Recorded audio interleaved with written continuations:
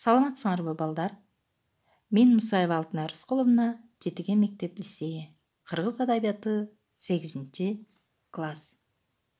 Андамесе балдар, төмендегі сүрөттө эмнени көрүп турасыңар? Бул эмне? Бул албетте акча, пул, сом. Андамесе сомго байланыштуу биз силер менен бир көнүгүүнү аткарып көрөбүз.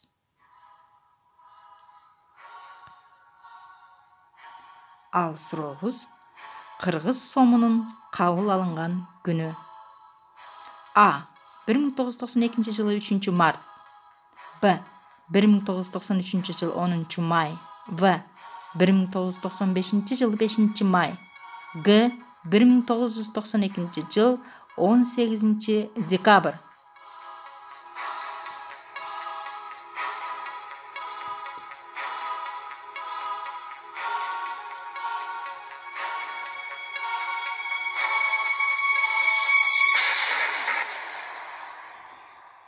Азаматсыңар, туура жообун текшергиле. Ал Б. 1993 жылы 10 майда кыргыз сомунун кабыл алынган күнү.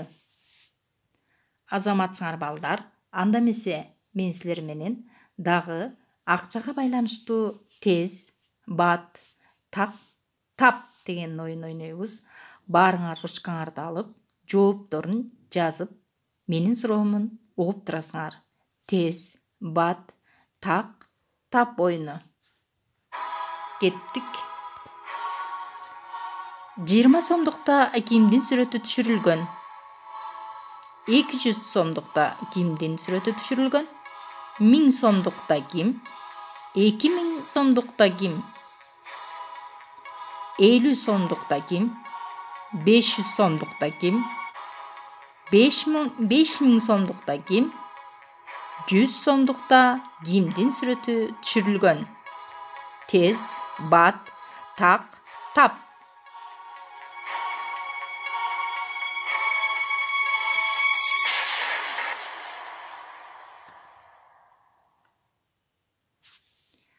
Азаматсыңар балдар, андамесе биз жообузду текшеребиз. Баарыңар жооңарды карагыла.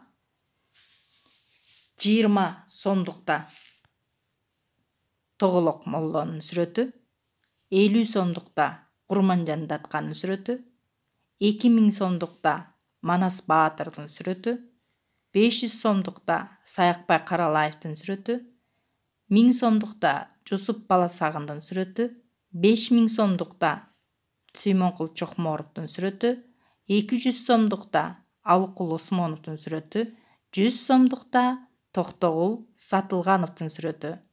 Туура жообуңарды белгилегиле. Андамесе балдар, бүгүн баарыбыз тилекке каршы үйдө, үй карантининде шартка байланыштуу олтурабыз. Ал анткени бүгүнкү мезгилде оорчундуу проблемалардын бири таажы вирусунун жугуу жолу бизге таасир этүүдө. Таажы вирусунан сактануунун эрежелеринин бири акчаны кармагандан соң колду таза жуу деген эскертүүсү бар.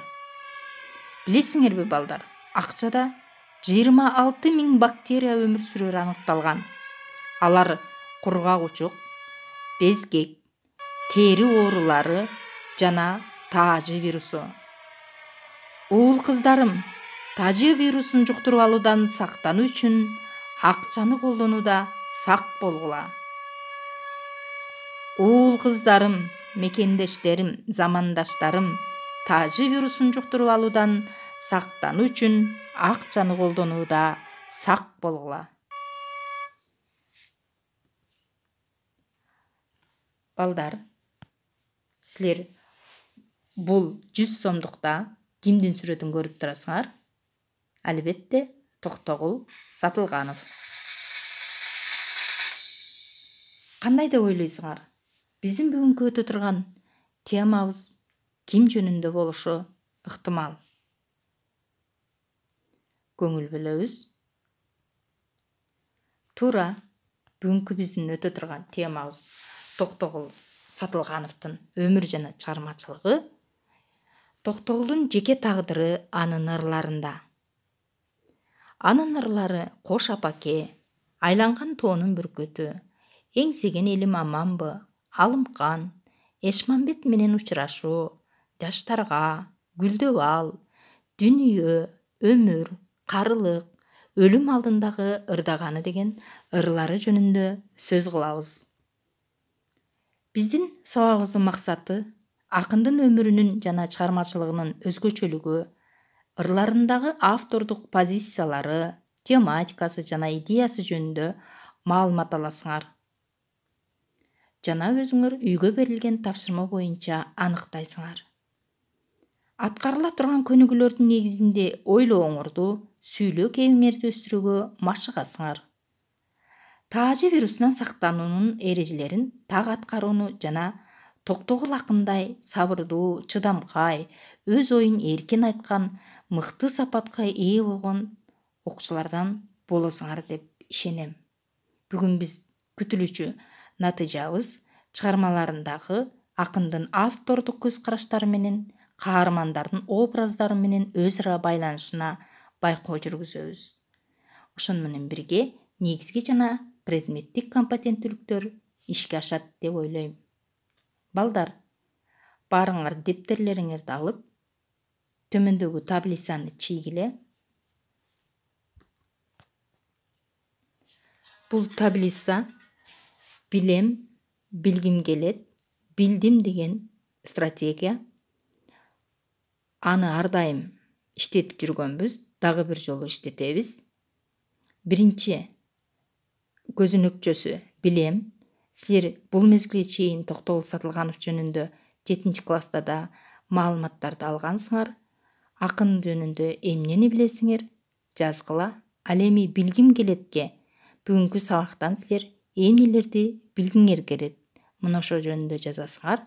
Ал эми билдимде сабактын акырында эмнелерди билгендиңер жөнүндө маалымат жазасыңар. Анда эмесе убакыт кетти. Таблицаны толтургула.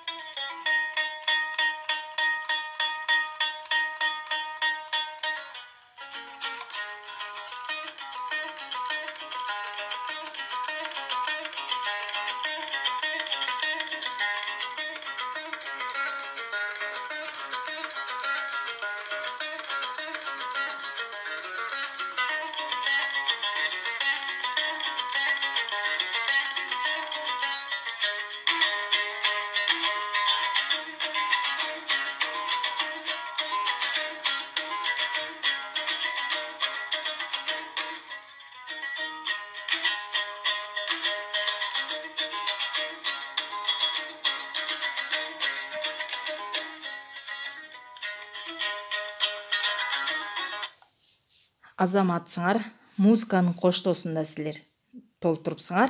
Анда толтурулган SMS билдирүүлөрдү окуйлу. Билем таблицасына биринчи таблицага жазыптыр. Токтогул акын, комузчу, Сибирге айдалган, күүлөрү бар, демократ, кетмендөөдө төрөлгөн, 1864 жылы төрөлгөн, Андижан көтөрүлүшүнө катышкан, насыят, өмүр деген ырлары. Жакшы. Ал эми билгим келетке жазыптыр. Акындын көтөрүлүшкө катышкандан кийинки тагдыры эмне болгон? Акын кандай тематикада ырлары бар акындын? Акындын сүйүүсү жөнүндө кенен билгим келет. Акын Сибирге кеткенден кийин үй бүлөсү эмне болгон деп. Азаматсыңар балдар. Анда мына ошол экинчи силер көп нерселерди билет экенсиңер. Бул мен үчүн да багыт болду. Ал эми билгиңер келе тургандар жөнүндө да мага багыт болду. Анда мына ошо жөнүндө сүйлөшөбүз.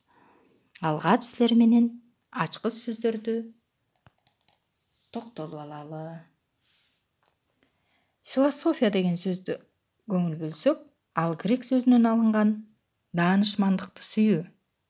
Даанышмандык, тактап айтсак, жөн гана билүү эмес, жашоону терең түшүнүү. Философ бул акылман адам. Демократия грек сөзүнөн алынганда демократия эл бийлиги, дemos эл, кратс бийлик.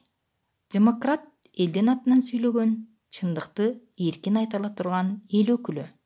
Гуманизм латын тилинен алынган. Гуманис адамгерчилик, адамдын жыргалчылыгы, теңчилик, адилеттик, адамгерчилик.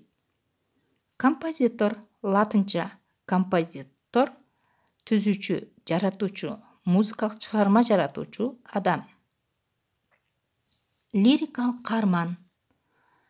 Лирикалык каарман лирикадагы чыгармадагы ой толгоосу, сезими берилген каармандын образы. Лирикада акындын жекече ой сезимдери берилгендигине карабастан, бул автордун өзү эмес. Мисалы, улуу акын Токтогулдун Бешкаман, Алымкан деген чыгармаларында бул теңсиздикти, адилетсиздикти, сүйүүнүн эркиндигин даңазалаган. Албетте ал акын өзүнүн жеке көз карашын эмес, элдин, көпчүлүктүн көз карашын берген. Анда Токтогул Сатылганов жөнүндө маалыматтарга токтолуп кетебиз.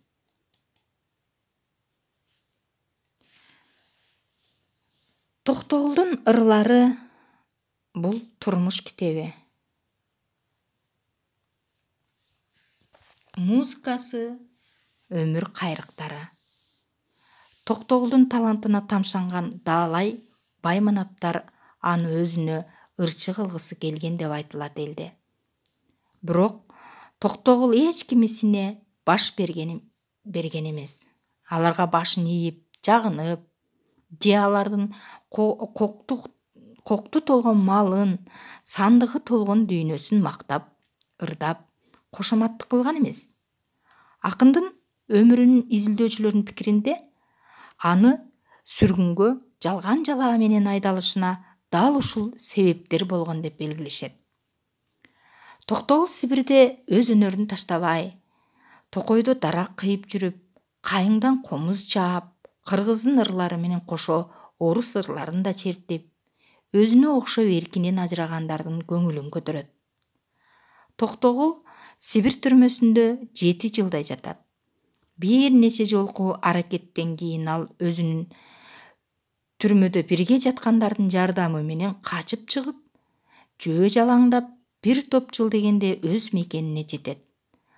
Жолдо казак жеринде эле Токтогул деген атты уккан карапайым эл ага жардам кылат, курсагын тойгозуп, баш паана берип, колунан келгени ат мингизип, анан ал айылына кайтып келет. Бирок азып тозуп эптеп элине жеткен Токтогулду үйүндө да кайгы күтүп алат. Кичинекей уулу Топчубай каза болуп, жубайы башка менен турмуш куруп кетет. Анын 2 көзү тең, апасынын күйүттөн көрбөй, жаман алачыкта жалгыз энеси тосуп алат. Бирок эрки күчтүү, кайраттуу, сабырын колдон чыгарбаган Токтогул баарына туруштук берет. Элине, жашоого, акындыкка болгон сүйүүсү жеңип чыгат. Токтогул жөнүндө канчалаган эмгектер жазылды. Канчалаган илимий диссертациялар жакталды. Көркөм фильмдер тартылды. Анын ысмы көчөлөргө коюлду. Анын ысмында сыйлыктар, наамдар берилди. Акындын образын чагылдырып, искусстводо, музыкада, живописте бүтүндөй баардыгында образын ишке ашырылды. Акындын жогоруда биз айтып кеткендей, акын философ, демократ, гуманист, композитор. Акындын философ болгондугу ал турмушка философиялык ойлорду жүгүртүп, философиялык тематикада ырлар жаратты. Дүнүйө, гүлдөбал, өмүр, карылык, өлүм алдындагы ыр, жаштарга. Ошону менен бирге сүйүүнүн эркиндигин даңазалаган, сүйүүгө эркиндикти каалаган демократ катары Бакты кыз, Гүлипа Гүлжар кыз, Күлүп койсоң жаркылдар, Насылкан, Алымкан деген ырларды жаратса, композитор катары Миң кыял, Кербезим, Тогуз кайрык, Чайкама деген күүлөрдү жаратты. Ал эми Сибирге туткунга алынгандык үчүн мына ошол мезгилге байланыштуу жазылган ырлары туткун ырлары же болбосо социалдык саясий мотивдеги ырлары. Туткун ыры, туткунда жүргөндө, Кош апаке, Айланган тоонун бүркүтү, Эңсеген элим аманбы деген чыгармаларды жаратты. Эмесе биз мына ошол чыгармалардын ичинен азыр силерге көркөм окуп берейин. Баарыңар көңүл бөлүп угуп тургула. Кош апаке.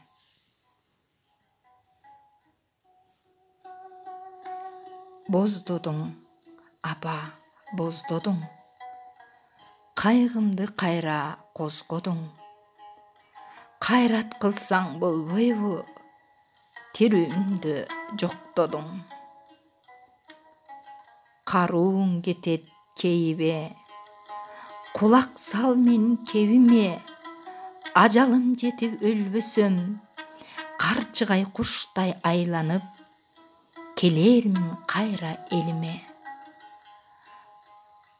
Айланайын апаке, балапандай баккансың, ак сүтүңдү эмизип, бооруңа басып жаткансың. Мага окшогон жалгызды зарлап жүрүп тапкансың. Айланайын апаке, уккун менин сөзүмдү, картайганда көп ыйлап, алдырба муңга көзүңдү. Ажалым жетип өлбөсөм, акыры бир күн алармын Керимбайдан өчүмдү. Айланайын апаке, уккун менин сөзүмдү, картайганда көп ыйлап, алдырба муңга көзүңдү.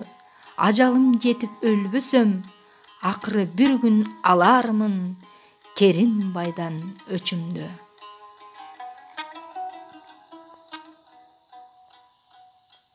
Урматтуу балдар, биздин Токтогул Сатылгановдун мына ошондой ырлары Эңсеген элим аманбы, философиялык ырлары жаштарга, Гүлдөбал, Алымкан, бүтүндөй биз бүгүнкү өткөн аты аталган жогорудагы ырларынын баары силердин окуу китебиңерде абдан сонун, кенен, толук берилген. Силер да мезгилге, убакытка жараша мына ошол окуу китебиңерден ачып, Токтогул Сатылгановдун өмүр жана чыгармачылыгы жөнүндө кенен окуп, кийинки сабакка даярдангыла. Ал анткени биз кийинки сабакта сөзсүз кайтарым байланыш жасайбыз. Акындын өмүр чыгармачылыгы жөнүндө, анын ырларынын тематикасы, идеясы жөнүндө суроолор берилет. Силер сөзсүз даярданасыңар деп ишенем. Андан силерге жакшы бир кенен төмөндөгүдөй тапшырмалар берилет. Сабактын башында биз билем, билгим келет, билдим деген таблицаны толтурдук. Мына ошол таблицанын 3-чү графасын толтуруп, эмнелерди билгендигиңерди төмөндөгүдөй сайттарга кирип, дагы Токтогул Сатылгановдун өмүр чыгармачылыгы жөнүндө даректүү фильмдерди, видео слайдтарды көрүп, журналдардан окугула. Турмуш, Спутник деген бир нече ютубтагы сайттар бар. Акын жөнүндө кино, даректүү кинолор, Алымкан киносу бар. Мына ошонун көптөгөн Токтогул сатылган жөнүндө көптөгөн маалыматтар мына ошо булактардан, интернет булактардан издесеңер кеңири табасыңар. Эгерде силер андай мүмкүнчүлүк жок болсо, окуу китебиңерде кенен берилген. Мына ошолорду алып окуп, 3-чү графаны толтуруп, мага сүрөткө тартып жөнөткүлө. Ал эми жогоруда айткандай, акындын баскан жолу, тагдыры, анын ырларын окуу китебиңерден дагы кунткой окуп чыгып, китептеги суроолорго жооп бергиле. Кийинки сабакта кайтарым байланыш, тесттик суроолор, акындын чыгармалары боюнча тапшырма көнүгүүлөрдү аткарабыз. Толук даяр болгула, саламатта калгыла, урматтуу менин окуучуларым.